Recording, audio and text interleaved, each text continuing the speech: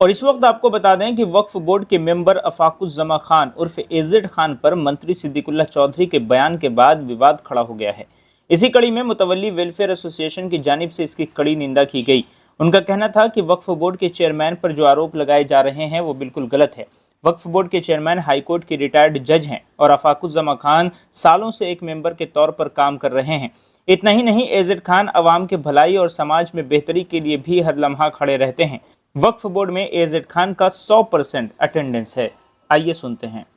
सिद्दीकुल्लाह चौधरी साहब का बयान हम लोग सभी मुतवल्ली से देखा है और उन्होंने वहाँ पे एक स्टेटमेंट भी दिया था कि मुतवल्लीस को टोपी पहना के जो है खान साहब जो है हमारे ऑनरेबल डिग्निफाइड बोर्ड मेंबर मैं कहना चाहूँगा कि उन्होंने हम लोगों को टोपी पहना कर जो है वो मेंबर बने और हम लोग उनको वोट देते हैं।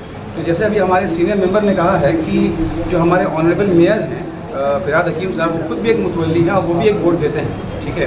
तो क्या हम लोगों को, तमाम लोगों को क्या खान साहब का इतना दिमाग है उनका या इतना उनका कैपेबिलिटी है कि हम लोग तमाम जो मुतवल्लीज जो है पूरे बंगाल के मुतवल्लीज जो वोट करते हैं, क्या उनका इतना कैपेबिलिटी है कि हम तमाम लोगों को टोपी बनाकर वो कर रहे हैं? नहीं, ये सरासर गलत बात है। इसका मजम्मत जो है पूरा मुतवल्ली कम्युनिटी करता है, नॉट ओनली मुतवल्लीज वेलफेयर एसोसिएशन बल्कि तमाम मुतवल्लीज करता है। क्यों?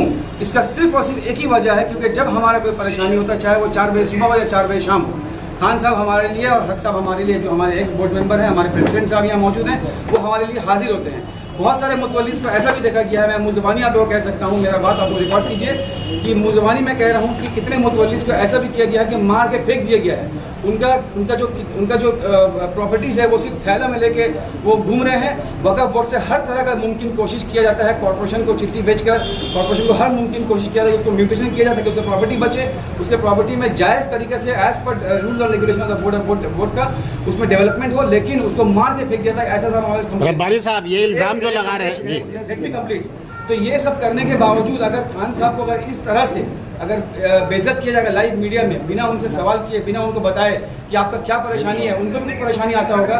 आज जैसा भी आपने सवाल किया कि आप 15 दिन के बाद में जो है आप प्रेस कॉन्फ्रेंस कर रहे हैं, ये असल वक्त क्या है उसका, वो मेंटली बहुत डिस्टर्ब थे इस चीज़ को लेकर कि मैंने आज तक किसी मुतवल्लीस को कभी भी ना नहीं किया है। उनके पास में हमेशा जब हम लोग फ़ोन करते हैं, फ़ोन बिजी होता है, हम लोग घर चले जाते हैं। वो खास तौर पर वो एसोसिएशन के यहाँ ऑफिस करके रखा हम लोग ताकि मुतवल्लीस पूरे बंगाल से, सिर्फ ओनली कलकत्ता से नहीं बल्कि 22 ज़िला से यहाँ मुतवल्ली आते हैं, अपने परेशानी को लेकर आते हैं। मैं कुछ फ़ोटोज़ आप लोगों को ज़रूर दूंगा। ऐसे ऐसे मुतवल्लीस हैं जो आप देखेंगे तो आपके आंखों से आंसू आ जाएगा। तो मेरा बराए मेहरबानी ये तमाम लोगों से, जो 12 मिनिस्टर को हमारी honourable chief minister ma'am Mamata Banerjee ने जो ये अपॉइंट किया है देखरेख करने के लिए, उन मुतवल्लीस के भी सामने में जाकर खड़े हों ताकि उनके प्रॉपर्टीज़ की जो सही तरीके से जो प्रोटेक्शन है वो की जाए। और साथ साथ जहाँ तक बात है इमाम और मुअज्जिन का लेकर, मैं आप लोगों को क्लियरली बता दूँ, मैं आप लोगों को ऐसा भी फोटो आप लोगों को दूंगा, इमाम को मार के फेंक दिया गया है, सिर्फ और सिर्फ मस्जिद के लिए बोला है, सिर्फ और सिर्फ। ये आपके पास प्रूफ है क्या? ये इमाम को मार के फेंक दिया? जी हाँ रब्बानी साहब, ये जो इल्जाम लगा रहे हैं मार कर फेंक दिया गया, इसकी क्या प्रूफ है आपके पास? तो आपको इंशाल्लाह ताला नेक्स्ट प्रेस कॉन्फ्रेंस में गुलाम रब्बानी खुद पेश करेगा, चाहे वो यहाँ हो या कहीं भी हो। दूसरी बात, बहुत सारे मुतवल्लीस के प्रॉपर्टीज ऐसा भी है जो ठीका टेनेंसी लेकर रखा है। मैं हमेशा इस बात को लेकर आवाज़ उठाया हूँ और इसको लेकर हमेशा मैं दिल्ली सेंट्रल वक्फ काउंसिल और ministry for minority affairs government of India में हमेशा मैंने चिट्ठी लिखा है, मुतवल्ली एसोसिएशन की तरफ चिट्ठी लिखा गया है कि वक्फ के ऊपर में जो जीएसटी लगाया गया है, उसको यहाँ से उसको एग्जाम किया जाए, वक्फ के ऊपर में इनकम टैक्स को हटाया जाए। तो इसके ऊपर में आज हमारी गवर्नमेंट क्या कर रही है, इसके ऊपर में हमारे सिद्दीकुल्लाह चौधरी साहब क्या कर रहे हैं, 12 मिनिस्टर क्या कर रहे हैं, और भी जो नेशनल बॉडी में जो जितने जो ये बना कर रखे हैं नेशनल मुतवल्ली एसोसिएशन, कुछ ऐसा है, मैं नाम नहीं लेना चाहूँगा क्योंकि मैं उनसे पूछ लेता हूँ कि नेशनल लेवल पे आप लोग क्या कर रहे हैं, नेशनल लेवल पे आप लोग मुतवल्लीस के वेलफेयर के लिए क्या कर रहे हैं, उनकी प्रॉपर्टीज़ को बचाने के लिए क्या कर रहे हैं। आप अगर देख सकते हैं यहाँ पे हरियाणा वक्फ बोर्ड का यहाँ पे रखा हुआ है, जिसको रिप्रेजेंट करने के लिए हमारे बोर्ड ऑफ वक्फ से हक साहब और खान साहब जाकर रिप्रेजेंट किए थे। क्यों ये आज ऐसा क्यों हो रहा है? और सिर्फ एक ही आदमी, एक डिग्निफाइड बोर्ड मेंबर के पीछे में इस तरह से लगा जाता है। जब इलेक्शन आता है आप लोग तब सामने आते हैं। इलेक्शन से पहले आप लोग कहाँ थे? 5 साल कहाँ रहते हैं आप लोग? क्या आप लोग पॉलिटिकल पार्टी से किसी बैक किया हुआ है? क्या आप 5 साल में एक बार आप लोग आवाज़ उठाना है? ये गलत बात है, ये सही बात नहीं है। और जहाँ तक रह गया बात मुतवल्लीस को टोपी बनाने का, या आप मुतवल्ली से पूछ सकते हैं। मैं मुतवल्ली हूँ, मैं बोल सकता हूँ मेरे साथ में क्या परेशानी आई है। मेरे प्रॉपर्टी में से बोर्ड को निकाल के फेंक दिया गया था, मुझे धमकी दी जाती है कि अपना पेपर्स को हटाइए, आप बात नहीं कीजिए किसी के सामने में, मीडिया को नहीं बोलिए। आप क्यों नहीं बोलेंगे? अल्लाह हमको आवाज़ दिया, हम जरूर बोलेंगे और मुतवल्लीस का हक के लिए बोलेंगे।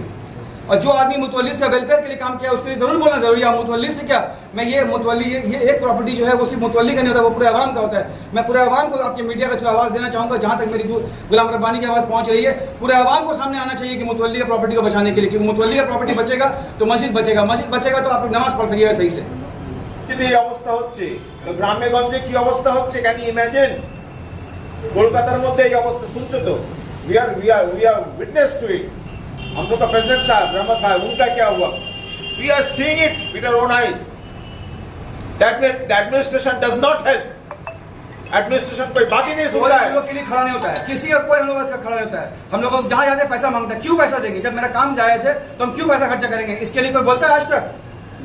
পুরো পশ্চিমবঙ্গের মোতওয়াল্লিদের এই একটা জায়গা আছে যেখানে ওরা এসে সে কুচবিহার থেকে হোক, বর্ধমান থেকে হোক, আরামবাগ থেকে হোক, যেখান থেকে হোক, ওরা এখানে এসে এখানে কাঁদে। মোতওয়াল্লিদের চোখের কান্না দেখতে দেখতে আমাদের চোখের কান্না চলে আসে। कुछ लोगों ने उनको इन्फ्लुएंस किया, हमको लगता है। जैसा उन्होंने एक बात और कहा, जो चेयरमैन साहब को खान साहब चलाते हैं, ये चेयरमैन के हक में इंसल्ट।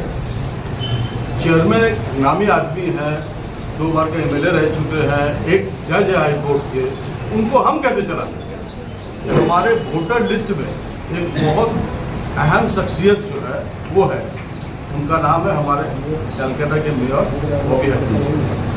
लीगल तरीका से जो मतवल्ली हुए, अगर उस पर कोई किसी को प्रॉब्लम है तो वो लीगल जगह में जाए, वो अपना कोर्ट का दरवाज़ा खटखटाए। अगर कोई जालसाजी हुई है, अगर कोई गलत हुआ है तो भाई वहाँ से फैसला होगा। फिर ज़्यादा कुछ नहीं कहेंगे। हमारे AK खान जुमा खान साहब के बारे में जो बातें हो रही हैं, वो एक सच्चे इंसान है, हक की बात करते हैं, और जब नाहक लोग हैं उनको परेशान करते हैं।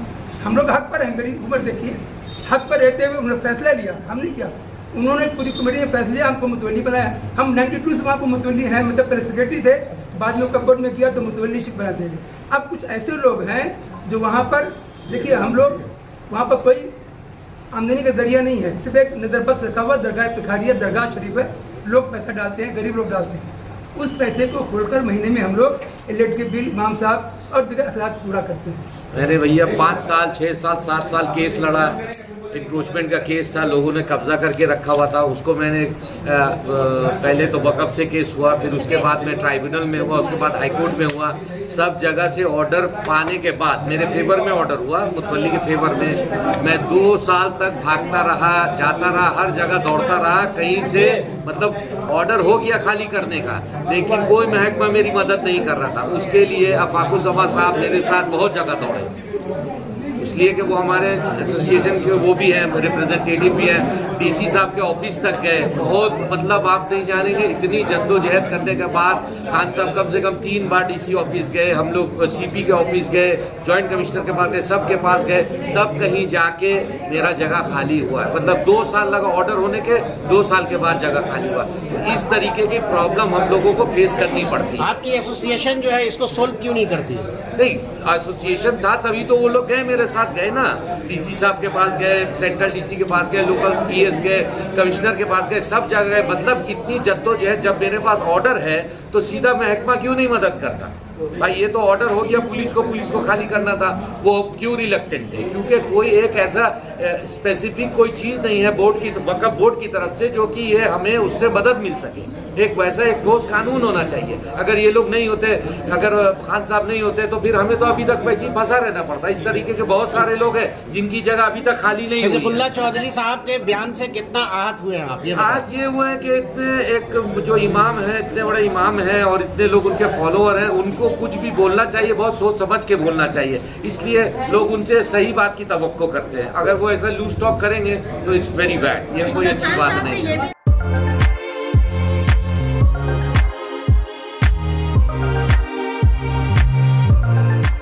के एंड सन्स में 916 हॉलमार्क गोल्ड और स्टाइलिश डायमंड के अलावा सिल्वर में भी बहुत कुछ अवेलेबल है। चांदी का तश्त, बट्टी, मछली, अतरदान, पायल और बच्चों का बाला भी यहाँ आपको मिलेगा, जो सिर्फ 500 रुपए से स्टार्ट होता है। इसके अलावा गोल्ड में necklace, bangles, chains, bracelets, ear rings भी मिलेगा, जो आपकी खूबसूरती को 4 चांद लगा देगा। तो जल्दी कीजिए, इनका एड्रेस है 16/1B, Topsia road, south Kohinoor market, Kolkata 46। Contact number है 8100 650 651।